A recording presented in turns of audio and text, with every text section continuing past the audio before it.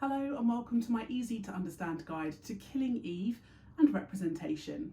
This video is going to be particularly useful for you if you are studying either Eduqas or OCR A-level, as Killing Eve appears as a set text on both of those specifications. Let's start by having a look at the representation of women within Killing Eve. The original writer of the book that the TV series was based on, Luke Jennings, actually was very clear that he wanted to challenge the stereotypes of women within the novel. In addition, the writer of the TV show, the showrunner Phoebe Waller-Bridge, had also expressed a real interest in writing characters that very much were unconventional for women within the media. So within this TV show, the female characters actually take on roles that we associate more traditionally with male actors. For example, we see a woman in charge of the terrorism agency. We see Eve, who is part of an intelligence agency as well. We see a female villain or a hit person, if you like. So lots of roles that might traditionally be played by men in other spy, thriller, crime products are taken on by women in this show. Whereas women in other media products are often quite passive, these women play main parts. They are the protagonists in the show. Villanelle herself is very brave, strong, both physically and mentally. We see her climbing and breaking into a villa. We see her intelligence in the way that she plans her kills. We see her taking great pleasure in the kills and the violence that she takes part in. So she's very violent, aggressive, intelligent. And these are all characteristics that we often associate with male characters. One of the fun things about the character of Villanelle is that her representation changes, not just in every episode, but multiple times within an episode. So she pretends to be various different people in order to get close to her targets and kill them. And that involves different costumes, different accents, different personalities. And so that's quite entertaining for an audience, seeing her representation change so often.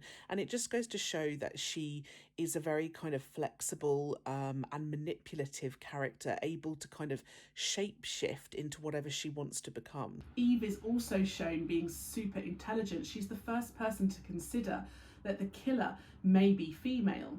She's very good at her job, and she's in a very high-powered job. She often dresses in quite traditionally more masculine or casual clothing like suits and overcoats. Whereas women are often sexualised in the media, Eve very clearly is not sexualised in her main life. Whereas women are often also represented as being quite domestic, the female characters in this show are not. We very rarely see them engaging in things like household chores or childcare. For example, Eve herself is child-free. She doesn't actually do the chores within the household. In fact, Villanelle is very clearly shown as very much disliking children within the first episode in particular. She actively enjoys tormenting the girl with the ice cream and also the little boy at the Italian villa. So the representations of women very much challenging conventional representations of femininity and gender within the media. And if we have a look at the representation of men within the episode, these representations of counter types and challenging stereotypes continue. So whereas we often see men in dominant lead roles, the men in Killing Eve are more passive and more kind of background characters or side characters to the narrative. Eve's husband, for example, is quite a background character, particularly in these first few episodes. Eve is too busy with her job, so he takes on the majority of the chores and domestic tasks in the household. He's the one out of the two in the relationship that seems more emotional. He's the one that seems to be more offended by some of the things that Eve says and does. Constantin, even though he's kind of a wise character within the narrative, which is reasonably conventional, he's still a very much passive background character in relation to Villanelle. It's clear that she actually has the authority over him, and he has very little power. He also takes on quite a caring, protective role towards Villanelle. However, he doesn't really do any of the saving or actual protection. It's very clear that she can take care of herself.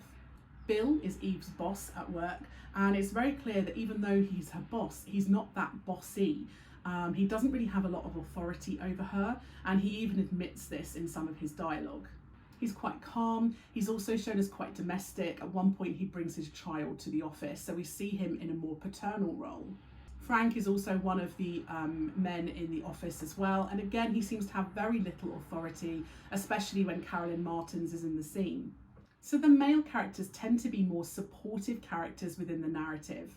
It's also interesting that almost all of the victims in Killing Eve throughout the series are male, whereas we often see women in victimised roles in other media products.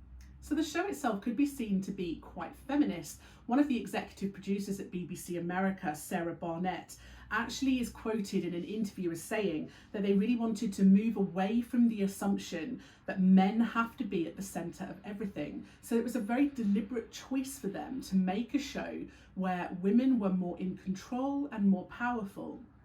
We've seen a number of issues within the media industries around the world. So for example, the Me Too movement, where it was discovered that a number of women lacked equality in the workplace, particularly in creative industries, that there was a lot of discrimination and harassment, particularly around actresses, female cast members in TV and films. So perhaps the BBC were wanting to make deliberate choices to avoid bad publicity and to promote themselves as a kind of brand or organisation that looked out for gender equality and diversity, and certainly this comes under their remit as a public service broadcaster. Let's have a look at the representation of ethnicity within the show as well. When Sandra Oh was up for being cast as Eve, she actually is quoted in an interview as saying that she was super shocked to find out it was the lead character she was being considered for, and that is because she just made the assumption that an Asian woman would never be cast in a lead role like that. And certainly we have seen this underrepresentation of people from ethnic minorities, in particular Asian women and Black women, within lead roles, particularly within things like the crime genre. So having her cast as the lead character in the show may reflect the BBC's commitment to equality and diversity. There are also other characters in the show like Elena, again another Black female actress, perhaps also playing quite an important role in the story, and again challenging stereotypes of ethnicity. We're seeing them in very positive ways, in very powerful ways, in very intelligent ways. Often in crime genres, ethnic minority actors are cast as the villains, so they are the terrorists, the hitmen, the kind of drug bosses, etc. So the fact that the people who are in charge of an intelligence agency and the people who are in charge of this investigation are from ethnic minority backgrounds, and it is the kind of villain or the anti-hero in Villanelle who is the white female, challenges those representations of ethnicity that we often see within the crime genre, where the white characters are often seen as the protagonists. Of course, as well as being Asian, Sandra Oh is not the youngest actress in the world. It's quite unusual to have a middle-aged actress in a lead female role. And actually a lot of the actors within the show are 50 and over. And so it's quite interesting to see this kind of more representation of a slightly older demographic within the cast and the characters. We'll also have a look at the representation of sexuality within the TV show as well.